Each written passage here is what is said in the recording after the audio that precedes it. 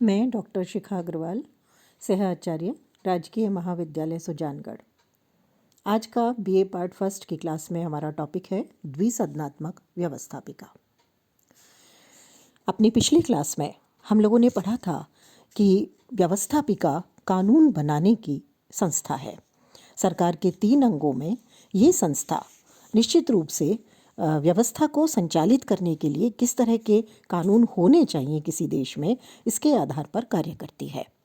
हमने ये भी देखा था कि सामान्य तौर पर जो व्यवस्थापिका है वो कानून बनाने का ही कार्य करती है, लेकिन इसके अलावा इसके महत्वपूर्ण कार्यों में कार्यपालिका पर नियंत्रण लगाने का कार्य भी है, क्योंकि जहाँ संसदीय व्यवस्थाएं हैं वहाँ पर कार्यपालिका व्यवस्थापिका में से ही ली जाती है। इसके साथ साथ हमने ये भी देखा था कि बजट को पारित करना और आय व्यय को स्वीकृत करने संबंधी महत्वपूर्ण कार्य भी व्यवस्थापिका द्वारा किए जाते हैं, और निर्वाचन संबंधी महत्वपूर्ण कार्य भी होते हैं। जैसे हम भारत की ही बात करें तो भारत में राष्ट्रपति के निर्वाचन में संसद भाग लेती है।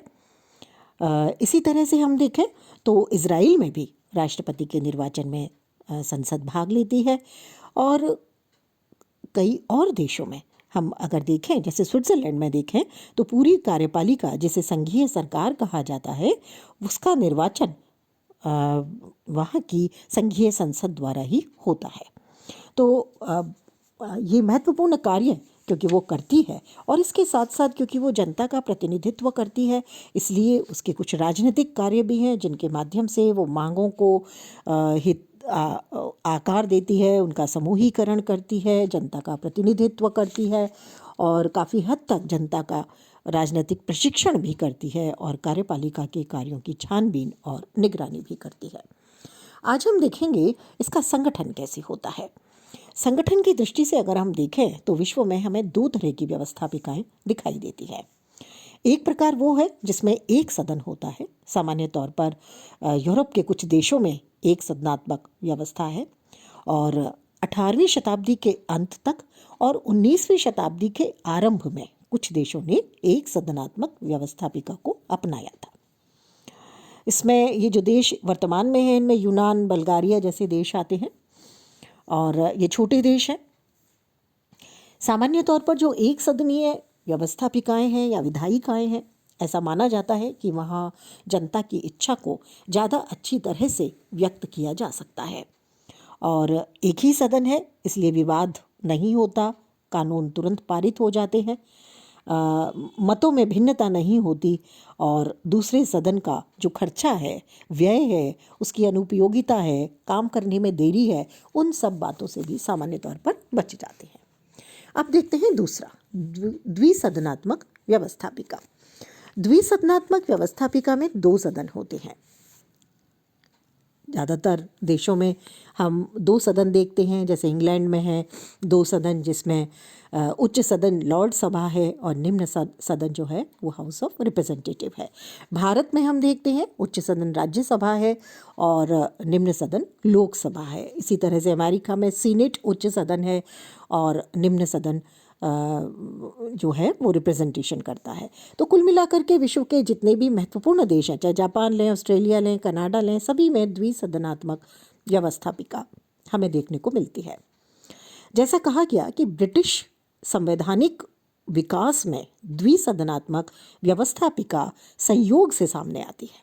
इंग्लैंड की जो संसद है वो सबसे प्राचीन संसद है, और ऐसा माना जाता है कि ज़्यादातर प्रजातांत्रिक देशों ने ब्रिटिश परंपरा का अनुकरण किया।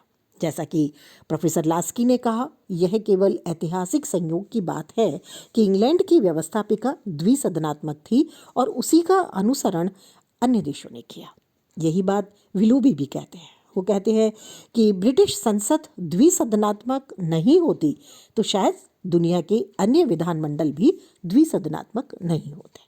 तो जितने भी आज हम बड़े लोकतांत्रिक देश देखते हैं, जैसे अभी हमने चर्चा की अमेरिका की, भारत की, इंग्लैंड में, कनाडा में, तो वहाँ सभी जगह 2 सदन हैं, और ये जो 2 सदन हैं इनमें सामान्य तौर पर हम देखते हैं कि जो निम्न सदन है जिसे प्रथम सदन भी कहा जाता है, वो जनता का सीधे प्रतिनिधित्व करती है। भारत में देखें तो लोकसभा है, अमेरिका देखें तो हाउस ऑफ रिप्रेजेंटेटिव है, अमेरिका में देखें तो प्रतिनिधि सभा है, और अगर हम इंग्लैंड में देखें तो हाउस ऑफ रिप्रेजेंटेटिव निम्न सदन है। इसी तरह से जो द्वितीय सदन है उसका गठन अलग तरीके से होता है। इसमें विशिष्ट वर्ग होते हैं या इकाइयों को इसमें प्रतिनिधित्व दिया जाता है या वर्गों को प्रतिनिधित्व दिया जाता है।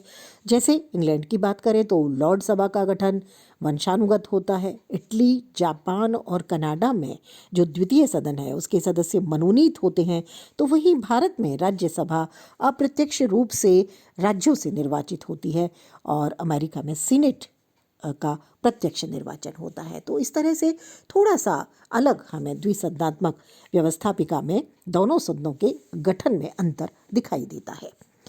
अब आते हैं कि द्वितीय सदन क्यों रखा गया, क्या आवश्यकता थी। तो इसके बारे में बहुत सारे तर्क दिए जाते हैं। इसके बारे में एक बात कही जाती है कि जब अमेरिका का संविधान बन रहा था तो उस समय जेफरसन बाहर थे। वो जब लौट कर के आए तो उन्होंने देखा कि अमेरिका में द्विसदनात्मक व्यवस्थापिका है। ऐसे में वे जॉर्ज वॉशिंगटन के गए और दोनों नाश्ता कर रहे थे, ब्रेकफास्ट कर रहे थे। तो जेफरसन ने वॉशिंगटन से पूछा कि कांग्रेस के 2 सदन क्यों रखे जा रहे हैं। उसी समय जेफरसन ने अपने चाय पीते हुए कप में से प्लेट में चाय को डाला और पीना शुरू किया। वॉशिंगटन ने पूछा, आपने ऐसा क्यों किया कि चाय को प्लेट में डाल लिया। जेफरसन ने कहा कि मैं उसे ठंडा करके पीना चाह रहा हूँ, इसीलिए मैंने इसे डाला है। वॉशिंगटन ने तुरंत उत्तर दिया, बस इसी तरह हम विधि निर्माण को सीनेट की प्लेट में डालकर ठंडा करेंगे। तो इसके पक्ष में बहुत सारे तर्क दिए जाते हैं कि द्विसदनात्मक व्यवस्थापिका क्यों आवश्यक है।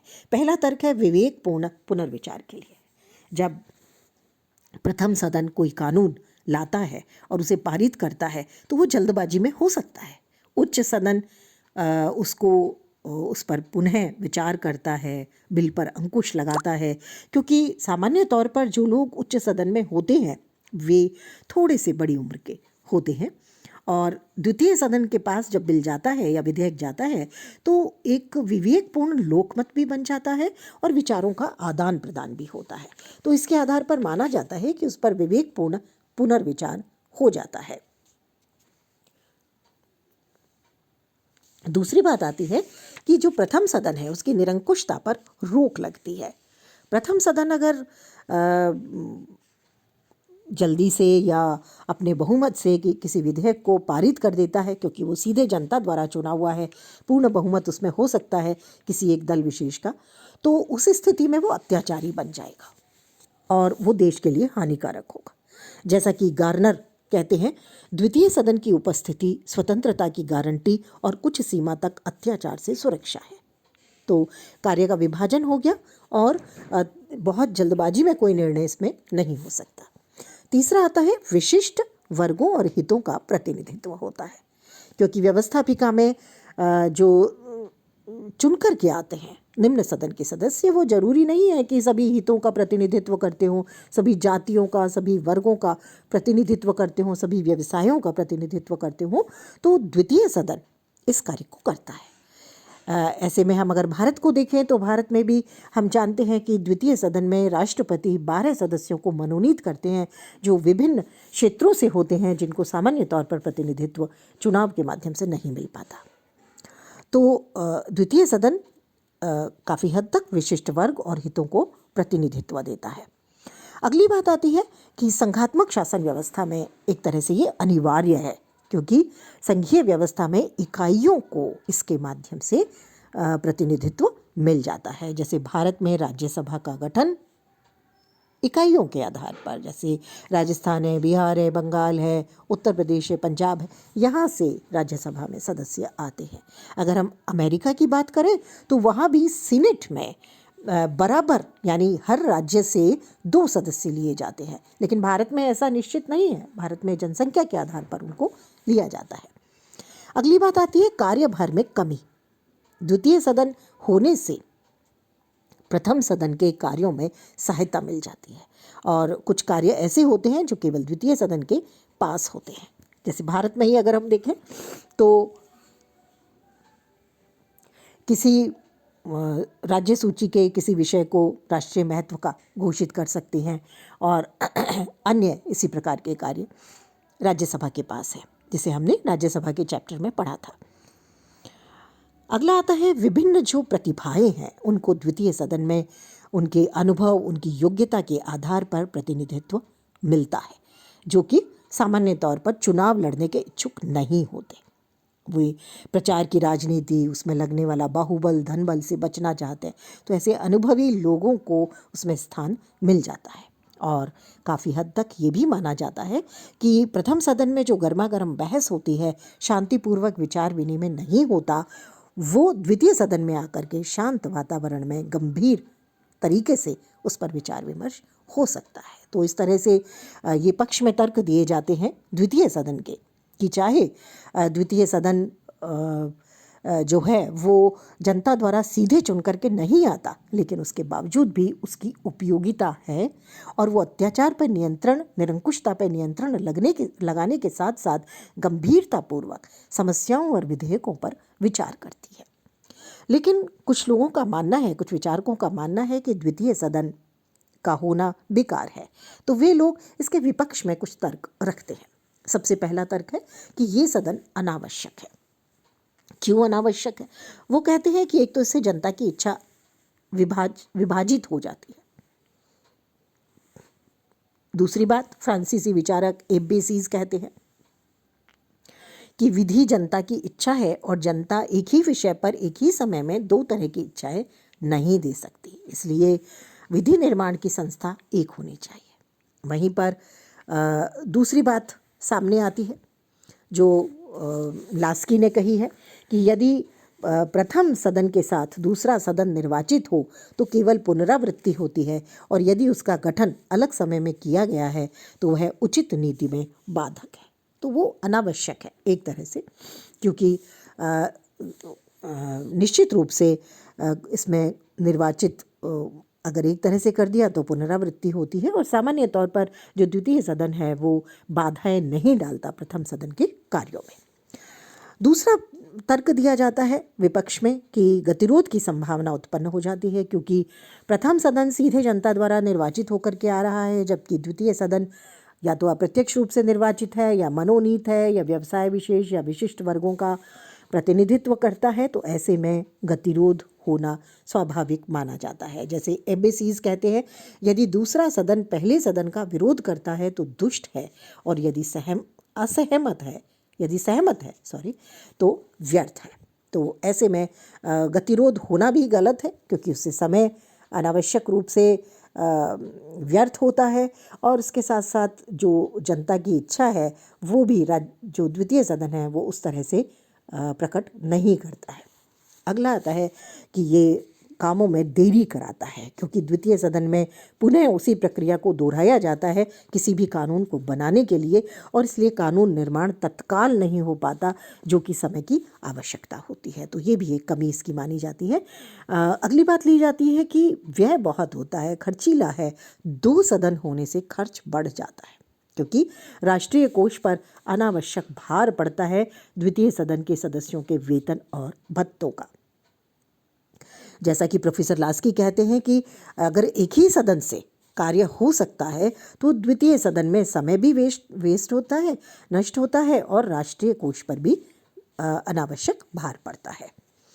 अगला आता है कि संघात्मक शासन के लिए भी ये कोई बहुत आवश्यक नहीं है।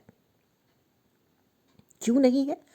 क्योंकि सामान्य तौर पर संघात्मक व्यवस्था में अन्य बहुत से उपाय हैं जिनके माध्यम से व्यवस्था को सुचारू रूप से चलाया जा सकता है। जैसे संघ में इकाइयों और अल्पसंख्यकों के अधिकारों की रक्षा के लिए वैधानिक संरक्षण दिया जाता है, और उसके लिए स्वतंत्र न्यायपालिका होती है। द्वितीय सदन ये काम नहीं करता। और इसके साथ साथ स्पष्ट शक्तियों का विभाजन होता है, तो उस आधार पर जो राज्य या इकाइयां हैं वो अपने क्षेत्र में काम करते हैं और केंद्र अपने क्षेत्र में काम करता है। तो ऐसी स्थिति में भी संघात्मक शासन के लिए भी इसकी आवश्यकता बहुत ज़्यादा नहीं है। जैसा कि रॉबर्टसन ने कहा कि संघीय संविधान में द्वितीय सदन की सर्वोच्चता का अनुभव कमजोर रहता है। जहां संघीय व्यवस्था है वहां अधिकारों की रक्षा द्वितीय सदन से नहीं होती बल्कि स्वतंत्र न्यायपालिका के द्वारा की जाती है। इसी तरह से विवेकपूर्ण पुनर्विचार का जो तर्क दिया गया वो भी बहुत सही नहीं है, क्योंकि जनता की जागरूकता और सरकार की सतर्कता पर विवेकपूर्ण पुनर्विचार निर्भर करता है। कोई गलत कानून पारित नहीं हो, ये जनता की जागरूकता पर है आधारित। और कई बार ऐसा होता है कि पुनर्विचार के नाम पर इतना अधिक समय निकल जाता है कि उस कानून का महत्व ही खत्म हो जाता है। तो इस तरह से इसके पक्ष और विपक्ष में तर्क दिए जाते हैं, लेकिन इसके बावजूद भी जैसा हमने देखा कि विश्व के बड़े लोकतांत्रिक देशों में और शक्तिशाली देशों में द्विसदनात्मक व्यवस्थापिका को अपनाया गया है। और जहां अब जैसे हम ब्रिटिश लॉर्ड सभा को देखें, जो कि अप्रत्यक्ष रूप से निर्वाचित है, वंश परंपरागत है पूरी तरह से, वहाँ लॉर्ड सभा की शक्तियाँ बहुत कम कर दी गई हैं। जनमत संग्रह और आरंभक के कारण जो स्विट्ज़रलैंड है वहाँ उच्च सदन की शक्तियाँ जो हैं वो भी बहुत कम हो गई हैं। राज्यसभा के संदर्भ में हम देखें भारत में तो भी उसकी शक्तियाँ भी लोकसभा के मुकाबले बहुत कम है। कनाडा की जो सीनेट है वो भी बहुत शक्तिहीन है। लेकिन यहाँ अमेरिका की जो सीनेट है, जो उच्च सदन है, उसमें अनुभवी और योग्य लोग पहुँचते हैं और वो कानून बनाने में और नीति निर्धारण करने में बहुत महत्वपूर्ण भूमिका भी निभाते हैं। हालांकि द्वितीय सदन की शक्तियां बहुत घटा दी गई हैं, लेकिन उसके बावजूद भी ये एक महत्वपूर्ण तथ्य है कि द्वितीय सदन निश्चित रूप से प्रथम सदन की निरंकुशता के विरुद्ध एक संरक्षक के रूप में कार्य करता है और इसकी आवश्यकता इस आधार पर बनी रहेगी। आज के लिए इतना ही।